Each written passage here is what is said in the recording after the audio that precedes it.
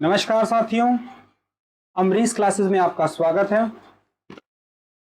मैं हर्ष शुक्ला और आज हम केमिस्ट्री में देखेंगे हमारा ईंधन टॉपिक। काफ़ी इंपॉर्टेंट टॉपिक है, आपके एग्जाम में फ्लुएंटली इससे क्वेश्चन आते रहते हैं, तो बहुत ध्यान से देखेंगे इस टॉपिक को। और आप लोग एक बार कमेंट बताइएगा कि आप लोग की पढ़ाई कैसी चल रही है, तैयारी कैसी चल रही है, किसी सब्जेक्ट में दिक्कत आ रही हो, कुछ हो, बाकी कोई और चीज़ पूछना चाहते हो तो आप लोग पूछ सकते हैं। अब हम लोग देखेंगे अपना पहला क्वेश्चन। हमारा पहला क्वेश्चन क्या है? वे पदार्थ जो जलकर ऊष्मा प्रदान करते हैं क्या कहलाते हैं? क्या कोयला कहलाते हैं, ज्वालक कहलाते हैं, ऊष्मादायक कहलाते हैं या ईंधन कहलाते हैं? तो जलकर कोई भी पदार्थ अगर वो जल के ऊष्मा प्रदान कर रहा है, हीट दे रहा है, चाहे वो कोयला हो, चाहे पेट्रोल हो, कोई गैस हो, कोई लकड़ी हो, इन सब चीज़ों को हम क्या कहेंगे? जो जल के ऊष्मा प्रदान करेगा, ईंधन कहेंगे। फ्यूल, फ्यूल कहते हैं ना, ईंधन। तो डी होगा आपका राइट आंसर। अगले क्वेश्चन को देखेंगे। लाल तृप्त कोक पर जल वाष्प प्रवाहित करने से कार्बन मोनोऑक्साइड एवं हाइड्रोजन गैसों का मिश्रण होता है, जिसे कहते हैं। तो लाल तृप्त कोक पर जब हम जल वाष्प प्रवाहित करते हैं तो क्या होता है? कार्बन मोनोऑक्साइड और हाइड्रोजन गैस का मिश्रण होता है। इसे क्या कहेंगे? देखो, कार्बन मोनोऑक्साइड और हाइड्रोजन का जब मिश्रण होगा तो हम इसे कहेंगे जल गैस कहेंगे। कार्बन मोनोऑक्साइड और नाइट्रोजन का जब मिश्रण होगा तब इसे हम क्या कहेंगे? प्रोड्यूसर गैस कहेंगे। ठीक है। अच्छा, कोल गैस किसे कहेंगे? जब NH4 नहीं CH4 मतलब हमारा मीथेन और हाइड्रोजन और कार्बन मोनोऑक्साइड का जो मिश्रण होगा इसे हम क्या कहेंगे? कोल गैस कहेंगे। ये आपके लिए तीनों इंपॉर्टेंट हैं, इसका स्क्रीनशॉट ले लीजिए या इसको लिख लीजिए कहीं। आपके एग्जाम में आते हैं यही क्वेश्चन और यही क्वेश्चन गलत होते हैं, तो नेक्स्ट टाइम ये गलत नहीं करना है। हमसे पूछ रहा है कि कार्बन मोनोऑक्साइड और हाइड्रोजन तो हमारा जल गैस हो जाएगा, वाटर गैस, जल गैस। कौन सा मिश्रण कोल मिश्रण कहलाता है? देखिए आ गया आपका क्वेश्चन, आ गया कोल मिश्रण। कोल मिश्रण के लिए क्या बताया था? हाइड्रोजन, CH4 और कार्बन मोनोऑक्साइड। तो आपका राइट आंसर क्या हो जाएगा? ए हो जाएगा आपका राइट आंसर।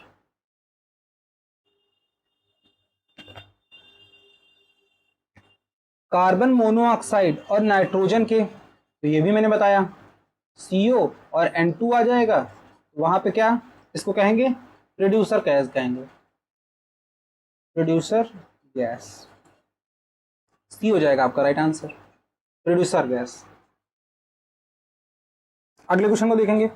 प्राकृतिक गैस में मुख्यतः रहता है, क्या रहता है? प्राकृतिक गैस मतलब नेचुरल गैस। मीथेन रहता है, इथेन रहता है, प्रोपेन रहता है, ब्यूटेन रहता है। तो ब्यूटेन तो आपका LPG में रहता है, मीथेन रहता है। प्राकृतिक गैस में मुख्यतः क्या रहता है? मीथेन रहता है। अगले क्वेश्चन को देखेंगे। नॉर्मल ब्यूटेन, नॉर्मल ब्यूटेन तथा आइसोब्यूटेन को द्रवित किया हुआ मिश्रण क्या कहलाता है?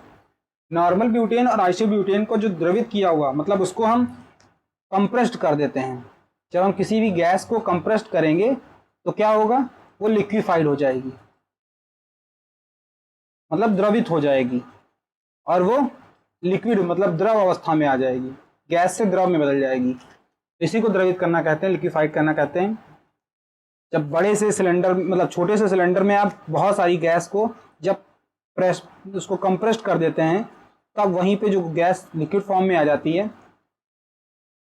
देखो, कभी भी LPG का सिलेंडर लेना, उसको हिलाना, तो देखो उसमें लगेगा पानी है, तो वो पानी नहीं है, वो द्रवित गैस है, कंप्रेस्ड गैस है, कंप्रेस्ड गैस है। तो ये हो जाएगा आपका LPG, लिक्विफाइड पेट्रोलियम गैस, द्रवित पेट्रोलियम गैस, डी हो जाएगा आपका राइट आंसर। सुरक्षा की दृष्टि से खाना पकाने वाली एलपीजी गैस सिलेंडर में क्या भरकर गैस को गंध युक्त बनाया जाता है?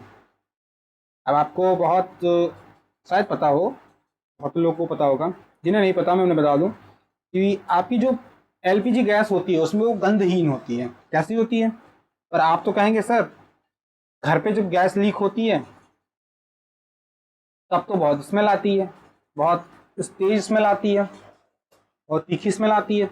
तो इसमें जानबूझ के तीखी स्मेल वाली गैस ऐड की जा रही है। क्यों? ताकि आग लग, मतलब अगर गैस लीक कर रही हो तो पता चले, वरना पता ही नहीं चलेगा। तो मर कैप्टन को उसमें ऐड कर देते हैं ताकि वो स्मेल करे, महके, अगर वो लीक हो रही हो तो पता चले लोगों को। सुरक्षा की दृष्टि से ऐसा करते हैं। मान लीजिए अगर पता ही नहीं चलेगा और किसी ने माचिस जला दिया, किसी ने धूप बत्ती जलाने के लिए माचिस जलाया और पूरे घर में आग लग गई, या कहीं पे शॉर्ट सर्किट हुआ, स्मेल आ रही होगी तो आप अवेयर हो जाएंगे। गोबर गैस में मुख्यतः होता है, क्या होता है? मीथेन होता है, इथिलीन होता है, एसिटिलीन होता है, कार्बन मोनोऑक्साइड होता है। गोबर गैस में मुख्यतः होता है मीथेन, CH4। आपका क्या होता है? मीथेन होता है। अगले क्वेश्चन को देखेंगे। एलपीजी में मुख्यतः कौन सी गैस पाई जाती है? एलपीजी में तो मैंने एलपीजी में क्या बताया था, एक तो आपकी नॉर्मल ब्यूटेन, एक तो नॉर्मल ब्यूटेन और दूसरी आइसोब्यूटेन। आइसोब्यूटेन इन्हीं का मिक्सचर था ना, तो ब्यूटेन हो जाएगा आपका राइट आंसर।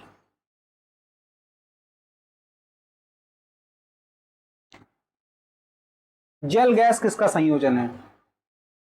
अब आप लोग इस क्वेश्चन का आंसर करिए, क्योंकि मैंने अभी बताया था आपको। जल गैस कार्बन मोनोऑक्साइड और हाइड्रोजन का, सी हो जाएगा आपका राइट आंसर। सी हो जाएगा आपका राइट आंसर। बायोगैस संयंत्र से निष्कासित निम्नलिखित में से कौन सी गैस ईंधन गैस के रूप में काम करती है? बायोगैस संयंत्र से, कोई बायोगैस का प्लांट लगा है, वहां से जो निकल रही है कौन सी गैस जो है उसमें से फ्यूल का काम कर रही है?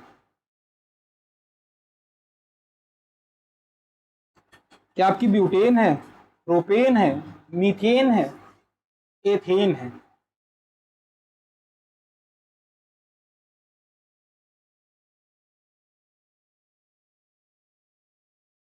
ये आपकी मीथेन होती है, मीथेन, CH4। एलपीजी का मुख्य घटक, अब इस क्वेश्चन का तो अभी हमने देखा, क्वेश्चन रिपीट हुआ है, ब्यूटेन। अगले क्वेश्चन को देखेंगे। एलपीजी का पूरा नाम क्या है? हाँ ये बताइए, ये आपके एग्जाम में रेगुलर बहुत आया है। Liquid petroleum gas? नहीं। लिक्विफाइड पेट्रोलियम गैस या लेडेड पेट्रोलियम गैस? लो पेट्रोलियम गैस? तो लो पेट्रोलियम गैस नहीं, लेडेड पेट्रोलियम गैस नहीं, आपका राइट आंसर होगा liquefied petroleum gas. Liquefied petroleum gas, liquefied petroleum gas, LPG, द्रवित पेट्रोलियम गैस जो बता रहे थे अभी, वही है आपका लिक्विफाइड पेट्रोलियम गैस। अगला क्वेश्चन है, सीएनजी को पारिस्थितिकी मैत्रीपूर्ण क्यों कहा जाता है? सीएनजी को पारिस्थितिकी मैत्रीपूर्ण क्यों कहा जाता है? इसमें हाइड्रोजन अत्यंत कम मात्रा में हो, इसका मुख्य घटक इथेन गैस हो, इसमें कार्बन मोनोऑक्साइड की बहुत ही कम मात्रा होती है, इसमें होने वाले गैस पूर्ण रूप से जलते नहीं अथवा उत्सर्जन बहुत कम होता है। तो देखो सीएनजी को इसलिए मैत्रीपूर्ण कहेंगे, क्यों कहेंगे? क्योंकि ये पोल्यूशन कम कर रहा होगा। भाई पारिस्थितिकी मतलब हमारा इकोलॉजी है, इकोलॉजी के लिए अगर अच्छा है तो मतलब पोल्यूशन कम कर रहा होगा, प्रदूषण कम कर रहा होगा। और प्रदूषण सबसे ज्यादा किससे होता है? तो आपके लिए जानलेवा गैस होती है कार्बन मोनोऑक्साइड। इसमें कार्बन मोनोऑक्साइड की बहुत ही मतलब जो मात्रा होती है बहुत कम होती है। जब जलती है सीएनजी, उसमें से कार्बन मोनोऑक्साइड बहुत कम निकलती है, इसीलिए इसको बोलते हैं इकोलॉजी, मतलब जो है आपका सपोर्टिव, पारिस्थितिकी मैत्रीपूर्ण। निम्न में से किस का ईंधन मान सबसे अधिक होता है? हाइड्रोजन, चारकोल, प्राकृतिक गैस या गैसोलीन? तो ईंधन मान सबसे अधिक होगा हाइड्रोजन का। अभी देखो फ्यूचर में बात हो रही है हाइड्रोजन कारों की, हाइड्रोजन कारों की बात हो रही है ना, क्योंकि इसका ईंधन मान सबसे अधिक है, इससे सबसे ज्यादा मतलब मात्रा में ईंधन निकलता है। और अभी तक बहुत अच्छी हाइड्रोजन कार अवेलेबल नहीं है, इस पे काम चल रहा है। हाँ, कुछ कंपनियों ने अब क्लेम करना स्टार्ट कर दिया है कि उन्होंने बना लिया है, पर मार्केट में ऐसी बहुत इफेक्टिवली हाइड्रोजन अवेलेबल नहीं है, हाइड्रोजन कार्स अभी, और फ्यूचर में होंगी। रॉकेट्स में हाइड्रोजन फ्यूल का भी यूज होता है ना।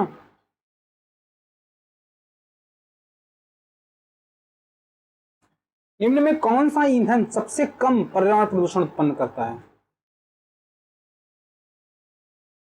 कौन सा ईंधन सबसे कम पर्यावरण प्रदूषण उत्पन्न कर रहा है?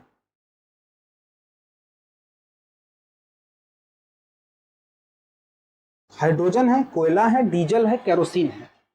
तो कोयला तो सबसे ज्यादा प्रदूषण करेगा इनमें, डीजल भी प्रदूषण करता है। ये देखो दिल्ली में क्या हुआ था, डीजल कारों पर बैन लगा दिया गया था। क्यों? पॉल्यूशन के कारण ना। पेट्रोल में उससे कम होता है, सीएनजी में बिल्कुल ना के बराबर होता है। केरोसिन, हाँ केरोसिन जलता है तब भी पॉल्यूशन होता है, कोयला जलता है तब भी पॉल्यूशन होता है। आपका हाइड्रोजन सबसे कम, हाइड्रोजन होगा आपका सबसे कम।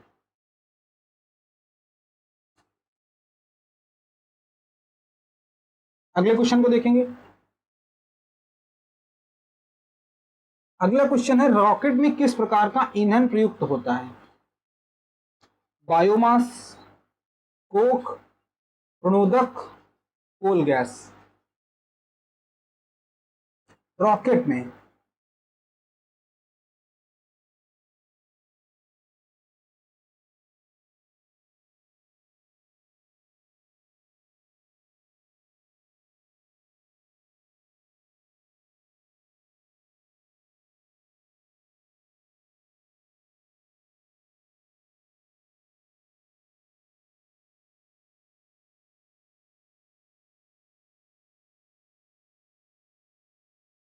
तो प्रणोदक का प्रयोग होता है। अब प्रणोदक क्या होता है? प्रणोदक वह रासायनिक मिश्रण है,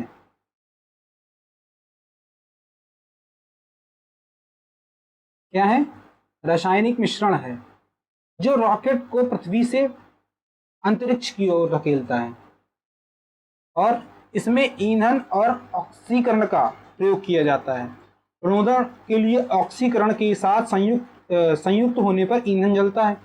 तो देखो जब क्या होता है, ऑक्सीडेशन होता है इसका, ऑक्सीडेशन होने पर, ऑक्सीजन से क्रिया कराने पर, ऑक्सीडेशन करने पर ये फ्यूल जलता है। फ्यूल जलेगा तो एनर्जी रिलीज होगी, एनर्जी रिलीज होगी तो आपका वही न्यूटन का थर्ड लॉ, नीचे की तरफ एनर्जी रिलीज होगी तो ऊपर की तरफ चीज उठेगी, तो न्यूटन का थर्ड लॉ यूज होगा।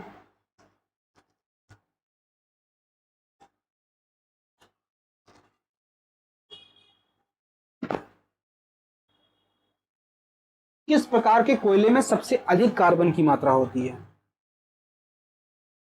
पीट में, लिग्नाइट में, मिंटूमस में, एंथ्रेसाइट में? किस प्रकार के कोयले में सबसे अधिक कार्बन की मात्रा होती है?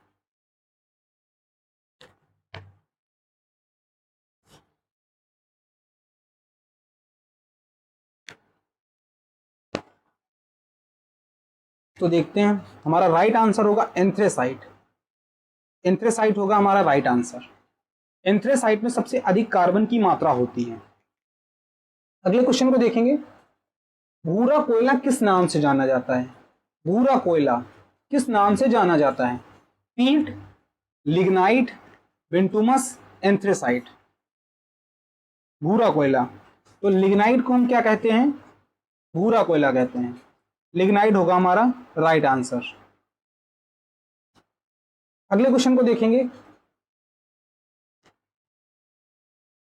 एक अच्छे ईंधन के लिए आवश्यक शर्तें हैं। क्या आवश्यक शर्तें हैं? उसका ऊष्मीय ताप अधिक होना चाहिए। तो भाई बिल्कुल, अगर ऊष्मीय ताप अधिक होगा ज्यादा एनर्जी रिलीज करेगा। उसे आसानी से दहनशील होना चाहिए। भाई अगर जलने में ही दिक्कत हो रही है तो फिर काहे का अच्छा ईंधन?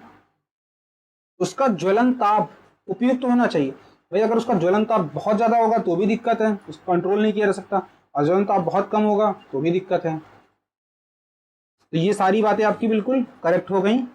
डी हो जाएगा आपका राइट आंसर। डी हो जाएगा आपका राइट आंसर। दहन की क्रिया के लिए आवश्यक शर्त है। क्या आवश्यक शर्तें भाई देखते हैं। दहनशील पदार्थ की उपस्थिति। तो भाई जलेगा क्या? अगर दहनशील पदार्थ ही नहीं होगा तो जलेगा क्या? उपस्थिति अनिवार्य है। दहन के पोषक पदार्थ की उपस्थिति। तो दहन का पोषक पदार्थ क्या है? ऑक्सीजन। भाई ऑक्सीजन की उपस्थिति में तो ही आग जलती है। तो भाई अगर ऑक्सीजन ही नहीं होगी तो जला के देखिए। तो दहन के पोषक पदार्थ की उपस्थिति अनिवार्य है। ज्वलन ताप की प्राप्ति। भाई ज्वलन ताप तक नहीं पहुंचेगा तो उसमें आग लगेगी नहीं, दहन होगा नहीं। सारी बातें आपकी इंपॉर्टेंट है, सारी शर्तें इंपॉर्टेंट हैं। जिस न्यूनतम ताप पर कोई पदार्थ जलना शुरू कर देता है उसे क्या कहते हैं? तो भाई जिस पे कोई जलना स्टार्ट कर देगा उसे उसका ज्वलन ताप कहेंगे।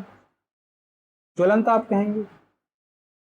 बी हो जाएगा आपका राइट आंसर, ज्वलन ताप। जिस पे कोई जलना स्टार्ट कर दे उसको ज्वलन ताप कहेंगे।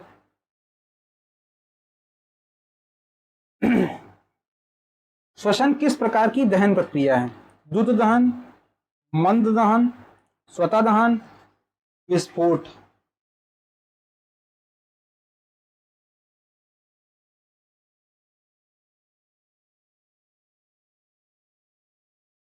तो ये आपकी मंद दहन की प्रक्रिया है श्वसन। बिना किसी बाहरी ऊष्मा के संपादित होने की दहन क्रिया को कहते हैं। क्या कहते हैं भाई? द्रुत दहन कहते हैं, मंद दहन कहते हैं, स्वतः दहन कहते हैं, विस्फोटक कहते हैं। आप अनुमान लगा सकते हैं बिना किसी बाहरी ऊष्मा के, मतलब अपने आप आग लगी जा रही है ना, तो क्या कहेंगे? स्वतः दहन कहेंगे। भाई स्वयं ये रिएक्शन कर रहा है बिना किसी बाहरी ऊष्मा के। हमने बाहर से कोई ऊष्मा नहीं दी और फिर भी ये भड़क उठा, फिर भी दहक उठा, तो मतलब स्वतः दहन। दहन की वह क्रिया जिसमें ऊष्मा और प्रकाश अल्प समय के लिए उत्पन्न हो जाते हैं, क्या कहेंगे?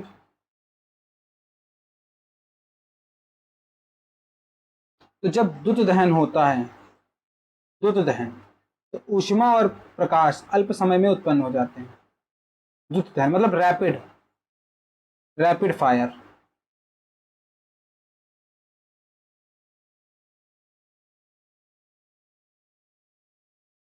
अग्निशामक यंत्रों में भरा सोडियम बाइकार्बोनेट घोल किससे क्रिया करके कार्बन डाइऑक्साइड बनाता है? कार्बन डाइऑक्साइड जलने में मतलब रोकता है ना जलने से, इसीलिए कार्बन डाइऑक्साइड बनता है। कैसे बनता है? जब सोडियम बाइकार्बोनेट किससे क्रिया करता है, बताइए।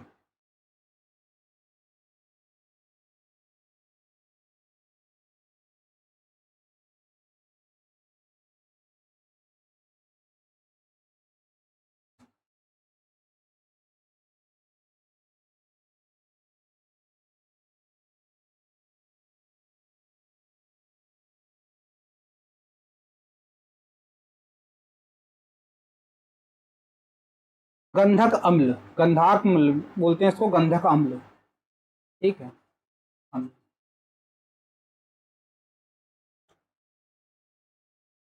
सोडियम बाइकार्बोनेट को अग्निशामक के रूप में क्यों उपयोग करते हैं? सोडियम बाइकार्बोनेट का ही क्यों उपयोग करते हैं?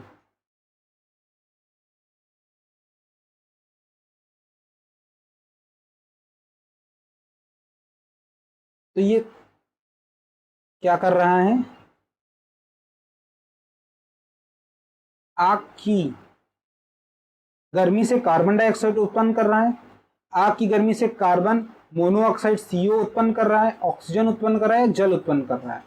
तो मैंने बताया था CO2 कार्बन डाइऑक्साइड उत्पन्न करता है। ये हो जाएगा आपका राइट आंसर। निम्नलिखित गैसों में से कौन सी एक दहन पोषक है? तो मैंने बताया था दहन पोषक क्या होगा, फ्यूल न्यूट्रिशन क्या होगा, जो जलने में सहायता कर रहा होगा। और आग के जलने में कौन सहायता करता है? ऑक्सीजन सहायता करता है।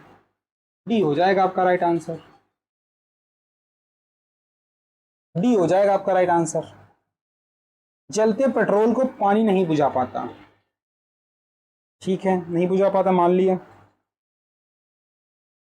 क्योंकि पेट्रोल और जल के मिश्रण से एक ज्वलनशील रसायन उत्पन्न होता है। जलता हुआ पेट्रोल पानी को तुरंत भाप बना देता है। अपने सापेक्ष कम घनत्व के कारण पेट्रोल पानी में तैरता है। जलते हुए पेट्रोल से संपर्क पर जल ऑक्सीजन छोड़ता है और जो जलने में सहायता करता है। तो जलते पेट्रोल को पानी क्यों नहीं बुझा पा रहा है? तो ज्वलनशील रसायन तो उत्पन्न करता नहीं, ये बात बिल्कुल कारण ही बेकार हो गया। अब नहीं है, नहीं ध्यान देना है। जलता हुआ पेट्रोल पानी को तुरंत भाप बना देता है। पानी को ऐसा तो नहीं तुरंत भाप बना देता, भाई हम ज्यादा पानी डालेंगे तुरंत कैसे भाप बना देगा? ये बात भी गलत हो गई। अपने सापेक्ष कम घनत्व के कारण पानी पेट्रोल पर तैरता, हाँ पानी पेट्रोल पर तैरता है। पेट्रोल में ऊपर ऊपर आग लगी रहेगी, पानी नीचे नीचे तैरता रहेगा। ये बात आपकी बिल्कुल ठीक है।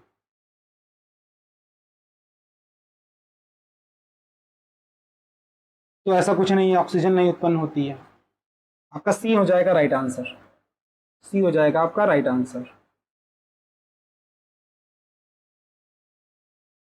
निम्न में से कौन जीवाश्म ईंधन नहीं है? नहीं। और जीवाश्म ईंधन फॉसिल फ्यूल।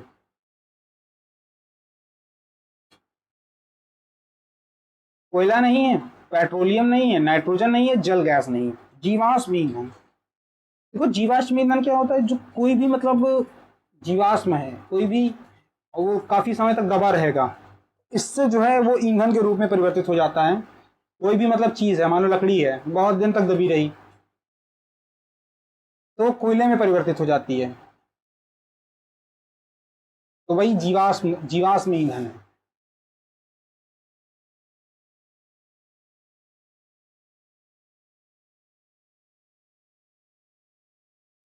कौन सा नहीं है?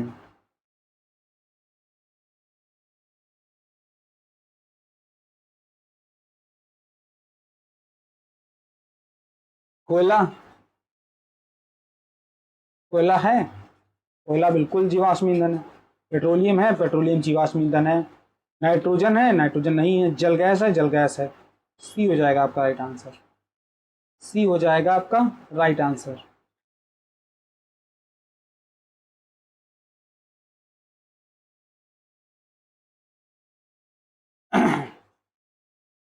तो ये थे कुछ आपके आज के इंपॉर्टेंट क्वेश्चन। ये थे आपके कुछ इंपॉर्टेंट क्वेश्चन, इनको एक बार ध्यान से देखिएगा।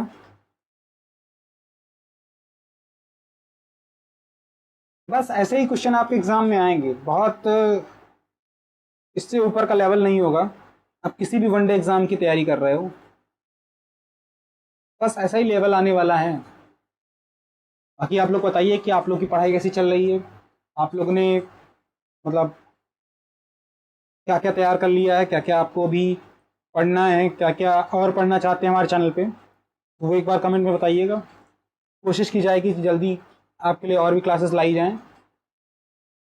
और जो लोग अभी तक हिस्ट्री की क्लास को फॉलो नहीं कर रहे हैं, वो मेरे कहने पे हिस्ट्री ज़रूर देखेंगे। हिस्ट्री ज़रूर देखेंगे, आपकी शाम को 6 बजे क्लास होती है, 6 PM पे, उसको भी देखिए। और मैं समझ रहा हूँ मैं समझ रहा हूँ कि इस समय जो है ऐसा टाइम चल रहा है कि सभी के लिए थोड़ा सा पढ़ना मुश्किल है, गर्मी का सीज़न है और फिर से एग्ज़ाम नहीं हो रहे हैं, बट यही टाइम होता है लीड लेने का। अगर आपको आगे बढ़ना है तो यही एक टाइम है आपको लीड लेने का। इस समय आप पढ़ाई करेंगे ना, तभी आप लीड लेंगे लोगों से, कि जो पढ़ने वाले हैं वो पढ़ रहे हैं, और जो अभी नहीं पढ़ रहे हैं वो एग्ज़ाम जैसे ही कोई अनाउंस होगा, डेट आएगी, वो तब उस समय परेशान हो जाएंगे। जैसे रेलवे का एग्ज़ाम आया है, तो जो लोग पहले से थोड़ी तैयारी कर रहे हैं उनके लिए ठीक है, जो आज से तैयारी करना स्टार्ट करेंगे उनको भी थोड़ी एक्स्ट्रा मेहनत करनी पड़ेगी। लेकिन जो अभी सोचें एग्ज़ाम के 15 दिन पहले, 20 दिन पहले, महीना भर पहले पढ़ लेंगे, तो उनका नहीं होने वाला, वो सिर्फ परेशान होंगे। तो अपने आप को इस डिलेमा में, परेशानी में डालना ही क्यों, जब हमें पहले से पता है कि क्या हो सकता है, क्या होने वाला है। तो आई होप आपको ये बात समझ में आई होगी, आप फॉलो करेंगे इसे। तो बस आज की क्लास को यहीं समाप्त करते हैं। Thank you so much.